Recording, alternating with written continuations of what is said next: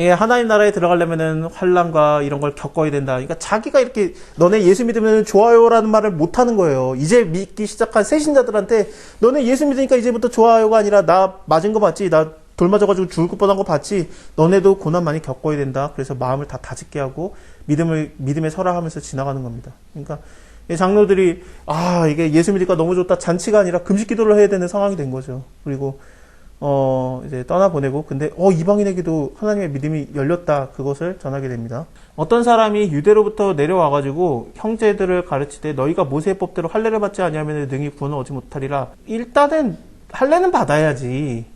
예수 믿고 구원 받는 건 아는데, 예수도 할례 받았고, 바울도 할례 받았고, 성경을 믿고 예수 믿는 거 아니야? 그러니까 성경에 뭐라고 써있어? 구약밖에 없었으니까 이때 마태복음은 안 써졌었습니다. 사도행전 15장이면은.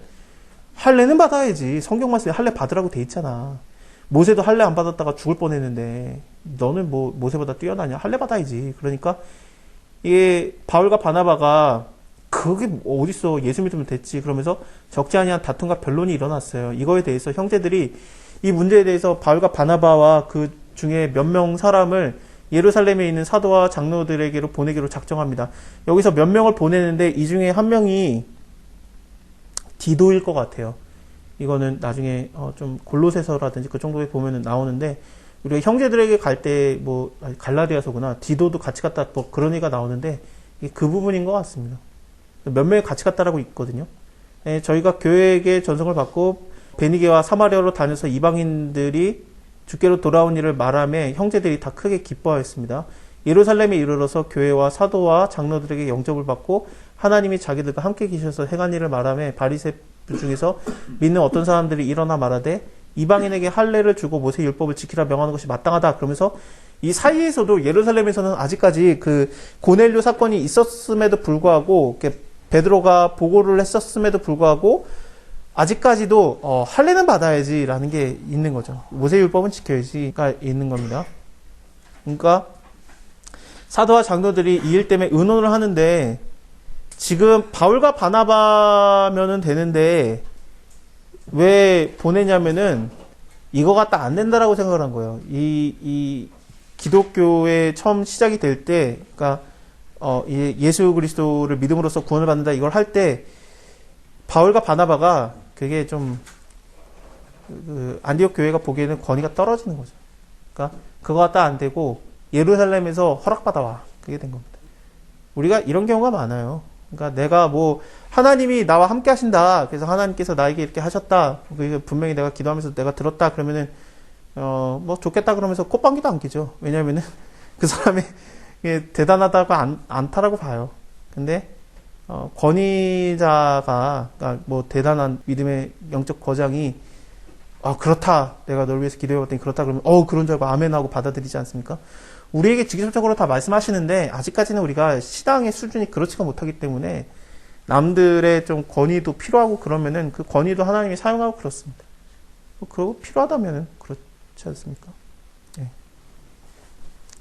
사도와 장로들이 이 일로 모여들었고요. 그 다음에 베드로가 먼저 일어나서 얘기를 합니다. 야, 나 저번에 이방인 전할 때 진짜로 나도 몰랐는데 이방인들에게도 복음이 전해지더라. 그래서 성령이 임하더라. 그러니까 우리 성령을 줘서 증거됐는데 우리가 그걸 갖다 어떻게 우리 조상도 우리도 능히 매지 못했던 멍에를 제자들의 목에다가 두려느냐. 그래서 이 율법이거든요. 멍에라는 게. 율법 우리도 못 지켰으면서 어떻게 이방인들이 율법을 지키겠느냐. 우리도 4,000년 동안 못 지켰는데. 그러니까 그냥 동일한 은혜로 구원받았는데 그걸로 그냥 끝내자. 그러면서 베드로가 먼저 말을 엽니다. 멍에는 율법이에요. 마태복음에서도 모세의 율법을 멍에라고 보기 때문에 예수님께서도 너희가 수고하고 무거운 짐이라고도 나옵니다. 그게. 그래서 수고하고 무거운 짐진 자들아 다 내게로 와라. 내가 너를 쉬게 하겠다. 나의 멍에를 메라. 나의 멍에는 가볍고 작으니라. 그런 식으로 얘기를 하시잖아요. 예수님이. 그게 뭐냐면은 율법의 멍에를 내려놓고 내 멍에를 지라 그러는 건데, 예수님께서도 멍에를 지라고 하는 게 그 멍에가 또 예수님이 주시는 율법이 아니라 내가 주는 거는 율법이 아니다라는 거예요. 모세는 죽었고 여호수아를 통해서 안식에 들어갔던 것처럼 예수님이 율법을 끝내는 거예요. 그리고 안식을 주시는 거기 때문에 네가 굳이 멍에 메고 싶으면 내 멍에를 메라. 그런 식으로 얘기를 하는 거지. 근데 멍에라는 것도 아니에요. 그게. 더 이상의 멍에는 없습니다. 이게 우리가 해방을 받는 거죠. 율법에서. 근데 율법에서 해방을 받는데 이 야고보도 얘기를 해야 돼요. 야고보는 왜냐하면 예수님의 동생이니까 사도에서 한 명이 대표로 얘기했으면은 예수님의 동생이 한번 또 얘기를 해줘야 이게 좀 먹힙니다. 야고보가 말을 합니다. 형제들아 내 말을 들어라. 하나님이 처음으로 이방인 중에서 자기의 12절에서 그 얘기합니다. 그 바울과 바나바가 보고를 해요. 성교 보고를. 이방인들도 이 표적과 기사가 나타났다. 그러니까 말을 마침에 야고보가 대답을 하는 거죠. 형제들아 내 말을 들어라.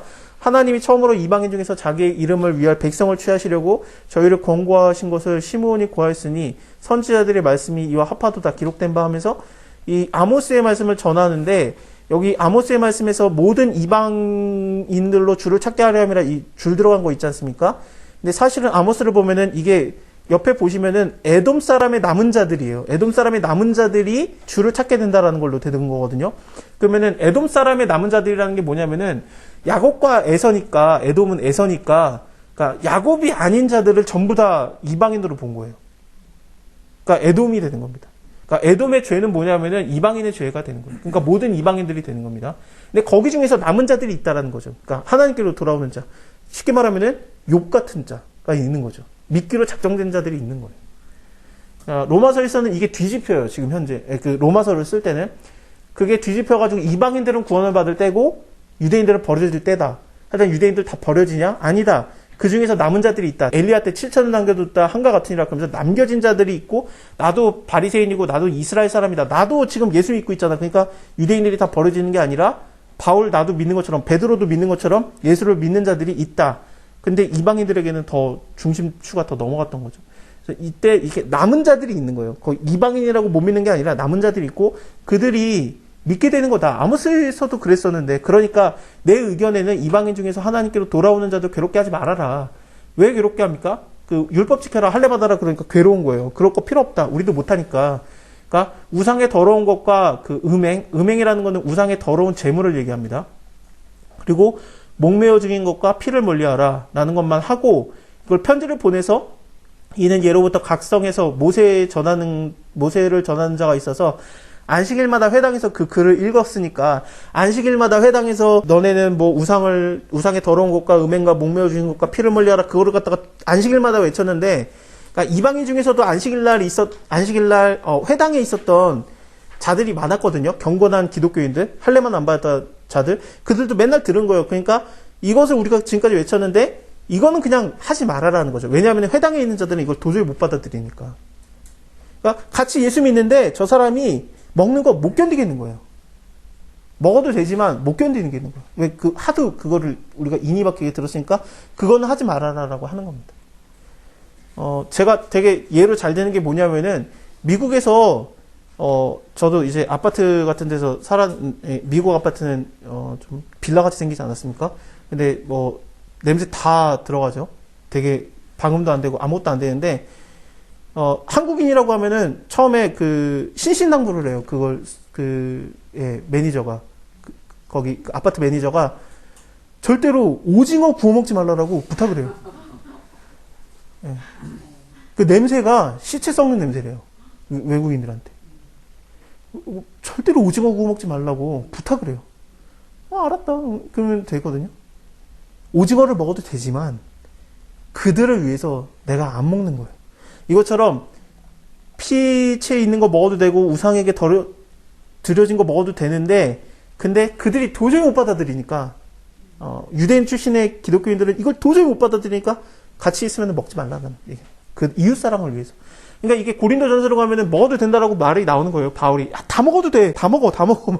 그 얘기가 나오는 게 유대인이 있어요. 근데 이제 유대인들이 너네는 먹으면 안 된다 막 그러면서 계속 말하니까 먹는 것 같다 너희가 그 구원받은 자를 판단하지 말라 그 얘기로 넘어가는 겁니다. 그러니까 먹어도 돼요. 그러니까 여기서 나오는 피채 먹는 거, 뭐 선짓국이라든지 순대 먹어도 되고 우상에게 드려진 거 먹어도 됩니다. 음행, 목매어 죽인 거 다 먹어도 됩니다. 근데 제사상에 드려진 음식을 먹으면은 내가 마음이 껄끄럽다. 그러면 마음의 껄끄러움을 인해서 너네가 먹으면 안 된다라고 돼요. 근데 마음에 껄끄럽지 않다. 먹어도 돼요. 이게 왜 그러냐면요. 이때 당시에는 우상에게 드려진 것을 먹지 않는 것이 되게 힘들었어요. 좀 문화도 알아야 돼요. 왜냐하면은 워낙에 우상숭배가 많았었거든요.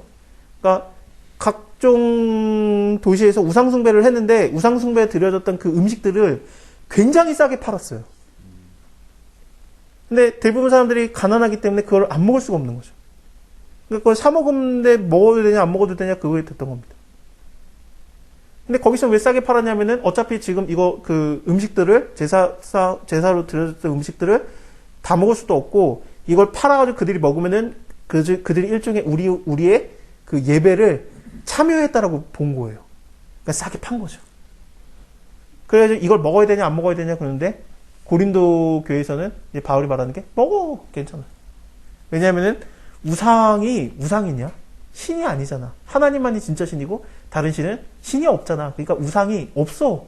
가짜 신에게 드려진 게 아니야. 신이 없으니까. 그러니까 그냥 음식이니까 먹어라 그런 거죠. 근데 너희가 마음에 찝찝하면은 먹지 마 그런 거죠. 그렇습니다.